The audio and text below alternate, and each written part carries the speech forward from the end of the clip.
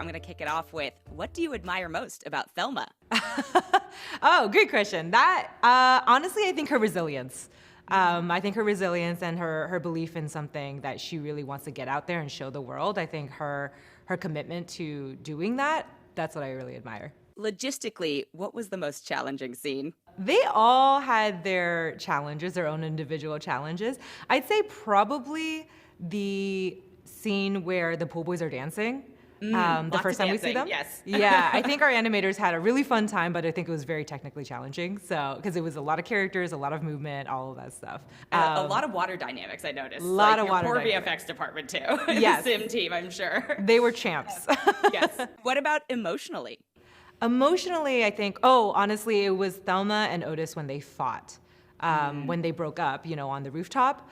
That was a scene that Jared and I really had to continue to talk about over and over again, just because we had to make sure that she came away from it still likable and that we were still going to root for her, and that Otis also came away from it that we would still root for him and her to get back together. So that was a tough one. That was a delicate dance. Is there anything you learned on working on Unikitty about how far you can push like appeal and adorableness without it going too far that you applied to Thelma? Or is it just like all in? Yeah, I think a lot of that, having gone through Unikitty, and it's a unicorn property, but then also we were trying to make it funny and kind of crazy at the same time. I think all of that, what I learned from that, I did bring into Thelma. Thelma doesn't go as insane or as dark, but I think it edges on that, and I did take that from Unikitty. What would your Dungeons and Wagons character class and like origin background be, and why? I don't play Dungeons and Dragons. Did you say Dungeons and Wagons? Dungeons and Wagons. And Wagons. The game in the thing, right? Yes. I think I would be the cornbread.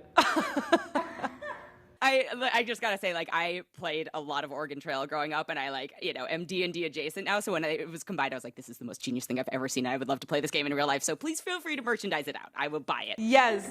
I hope so. That would be amazing. What would your dream real life musical headliner for Sparklepalooza be? What am I obsessed with right now? I found this Japanese band that I'm really obsessed with, and it's like these group of girls, Adarashigako. I think that's their name, and I'm obsessed with them. But they are these girls who fall in line with Thelma's theme, which is really just being yourself and showing your weird side, and embracing that. And I love that. So probably them. Well, okay, so it's a great segue because, Thelma, for lack of a better word, gets discriminated against, right? Partially because of how she looks, but also the background that she comes from. Have you ever felt sort of ostracized because of your professional background? Animation can be really cutthroat.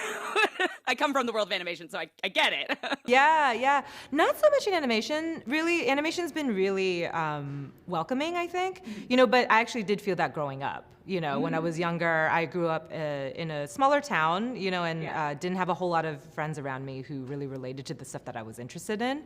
Yeah. So I definitely have experience with that, and I pulled from that into Thelma. I also love the kind of commentary on internet and influencer culture and also the music biz and stuff like that. But how did you all determine towing the line of making it instantly recognizable, but preventing it from becoming super dated quickly, right? Because it is a very of the moment commentary and the code switching and all that sort of stuff. What was the discussion around that level of interface? Yes. Well, being timeless was definitely something that we talked about in the movie. And I think hopefully we pulled it off by pulling from the 70s, the 80s, the 90s, and the early 2000s. And we just kind of tried to pull a spread of it so people could really recognize it. And pulling from fads, I think that helped too, because they're always funny to look at and to look back on. And I think in a way they're very timeless. What is the most embarrassing fad that you participated in that you're willing to admit that you now have gotten distance from? Oh, I think those really, really low-rise bell bottoms. They're coming back? It's so upsetting. They are coming back. I did see that, yeah. That or maybe capris, which I know are also back. I would like to think that capris are efficient pants, it's just it's long enough, but in case your ankles need to be ventilated. Growing up, who was your favorite fictional character? I definitely related to Sailor Moon. Ooh, Sailor Moon in particular, or one of the other Sailor Scouts? I related to Sailor Moon because she was a little bit of a clumsy klutz. And she's always late for everything, and I really loved her. But I also really loved Sailor Jupiter. She was the other one I really liked. What is the first film that you saw in theaters that you were the impetus for going to see? That, like, you can remember being the one to be like, I kind of want to see this. Can we please go? Ooh, this is a great question. You know, I don't remember what my first theater going experience is, but I do remember my first animated movie that made me really realize like I wanted to be in animation, and that was Aladdin.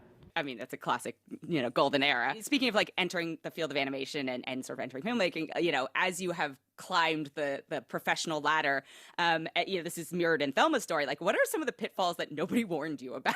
I think mixing your passion and your profession, I think that was something that I had to really, I think a lot of people who entered this field have to really suss out and just make sure you protect your passion.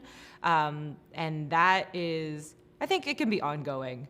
Yeah. Because you have to really figure out how to thread that line of giving your passion to the profession, but then also saving enough for yourself. Yeah. Is there anything that you found has been like particularly catalytic in helping finding that balance? I think just making sure, well, honestly, I really like to draw. And when I give too much of myself to the profession, I think I find that I'm not drawing as much.